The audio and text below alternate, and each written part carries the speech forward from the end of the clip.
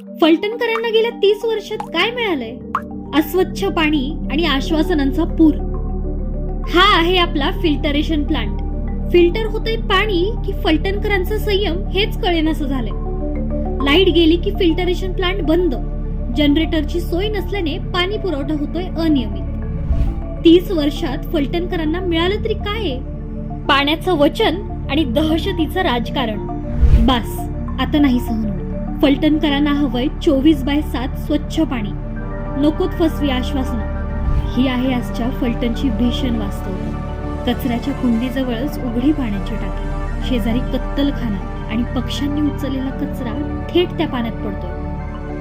हेच पाणी फलटणकर पित आहेत. ही वेळ आपल्या शहरावर कोणी आणलीय?